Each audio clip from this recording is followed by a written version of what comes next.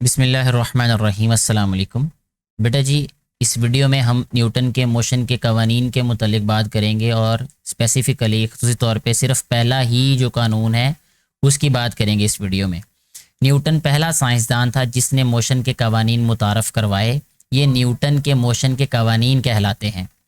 इससे पहले ये जो साइड पे एक छोटी सी एक्स्ट्रा इन्फॉर्मेशन लिखी है, इसको पढ़ लेते हैं कि किसी जिस्म पर नेट फोर्स इस पर अमल करने वाली तमाम फोर्सेस के रिजल्टेंट के बराबर होती है। तमाम फोर्सेस का रिजल्टेंट का मतलब ये होता है कि फ़र्ज़ करें कि एक जिस्म पर 4 फोर्सेस लग रही हैं, चारों की चारों 5-5 न्यूटन की हैं, तो सारी कितनी हो गई? 20 न्यूटन।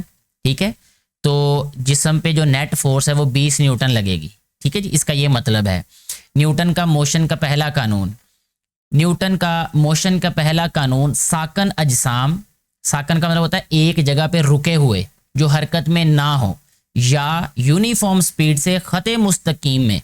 देखें, इसमें यह शर्त है कि यूनिफॉर्म स्पीड और ख़त मुस्तकीम यानी सीधी लाइन में मुतहर्रक अजसाम से मुतल्लिक है।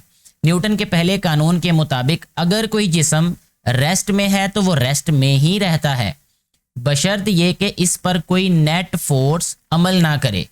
इस कानून का यह हिस्सा सही है क्योंकि हम देखते हैं कि अजसाम खुद ब खुद मोशन में नहीं आते जब तक कि कोई उन्हें मोशन में ना लाए। तो ये हकीकत है, हम आप अपनी ज़िंदगी में देखते हैं कि जब तक किसी चीज़ पर कोई ताकत लगती नहीं है वो अपनी जगह से हिलती नहीं। जैसे अभी इस वक्त किताब पड़ी हुई है मेज़ के ऊपर, तो ये किताब इसी मेज़ के ऊपर ही पड़ी रहेगी। ठीक है, गिलास पड़ा हुआ है तो वो गिलास यहाँ पे पड़ा रहेगा जब तक कि कोई उसको उठाकर साइड पे नहीं कर देगा या उसकी जगह नहीं बदल देगा। यानी जब कोई उसको उठाता है तो कोई बैरूनी कुव्वत लगती है उसके ऊपर, जिसको एक्सटर्नल फोर्स कहते हैं, तो वो ज़रूरी है। मसलन मेज़ पर रखी हुई किताब इसी तरह पड़ी रहेगी जब तक कि कोई फोर्स इस पर अमल ना करे। इसी तरह एक मुतहर्रक जिस्म खुद ब खुद नहीं रुकता। एक नाहमवार सतह पर लुढ़काई गई गेंद इस गेंद के मुकाबले में जल्द रुक जाती है जिसे हमवार सतह पर लुढ़काया गया हो। ये भी हम आम जिंदगी में देखते हैं कि भाई जहाँ पर ऊंची नीची जगह होती है वो चीज़ उस पर जल्दी रुक जाती है, और जो हमवार सतह होती है वहाँ पर चीज़ जल्दी नहीं रुकती, क्योंकि ना हमवार सतह फ्रिक्शन के बाइस, फ्रिक्शन होती है, रगड़ होती है जो दो सतहों के दरमियान में उनकी हरकत की वजह से पैदा होती है। ठीक है, रगड़ कहते हैं उसको। बाइस निस्बतन ज़्यादा मुज़ाहमत पेश करती है, यानी ऊंचा नीचा जो रास्ता होता है, यानी जो स्मूद नहीं होता, हमवार नहीं होता, उसमें फ्रिक्शन ज़्यादा होती है। फ्रिक्शन ज़्यादा होने की वजह से वो जो चीज़ है वो जल्दी रुक जाती है। अगर मोशन में रुकावट डालने वाली फोर्स ना होती तो किसी जिस्म की मोशन कभी भी ख़त्म ना होती। कहने का मतलब इसमें यह है कि अगर फ्रिक्शन ना होती, क्योंकि जो फोर्स क्या है वो फ्रिक्शन की फोर्स है या कोई दूसरी एक्सटर्नल फोर्स कोई भी हो सकती है, जिसमें से एक फ्रिक्शन है। अगर हम खुद एक चीज़ को रोक सकते हैं हाथ से पकड़ के, ब्रेक लगा के, ब्रेक भी फ्रिक्शन पैदा करती है। तो मेनली हम कहेंगे कि फ्रिक्शन अगर ना होती तो चीज़ें रुकती ही ना हरकत करते हुए।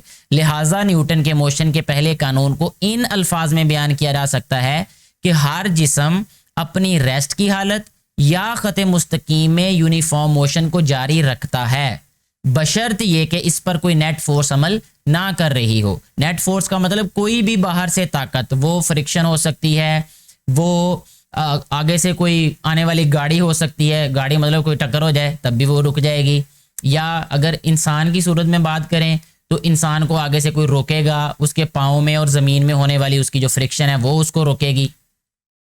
क्योंकि न्यूटन का पहला कानून मादे की इनर्शिया की खसूसियत से मुतल्लिक है, इसलिए इसे इनर्शिया का कानून भी कहते हैं।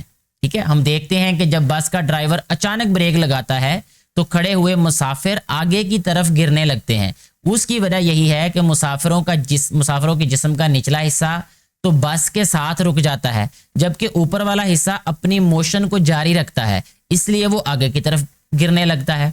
अब यहाँ पर देखें, क्या आप जानते हैं, इस हिस्से में हमें बताया है कि जब एक बस तेजी से मोड़ काटती है तो इसमें खड़े मुसाफिर बाहर की तरफ गिरने लगते हैं। इनर्शिया की वजह से उनके जिस्म सीधी लाइन में हरकत, उनके जिस्म जो है वो सीधी लाइन में अपनी हरकत जारी रखना चाहते हैं, इसलिए उनके जिस्म के ऊपर वाला हिस्सा बस के मोड़ के मुखालिफ सिमत में झुक जाता है। ठीक है, ये आपने अपनी ज़िंदगी में भी ये देखा होगा, आपने ये वाला तजर्बा किया भी होगा, आपके साथ हुआ भी होगा। जब कभी आप सफ़र करते हैं, अचानक ब्रेक लगती है, तो जो सीट पे इंसान बैठा होता है वो आगे को जा रहा होता है जब अचानक ब्रेक लगती है तो। ठीक है, इसी तरह ये बस वाला उन्होंने हमें बताया, एक मिसाल बताई। तो मुझे उम्मीद है कि ये जो पहला कानून है आपको समझ आ चुका होगा न्यूटन का।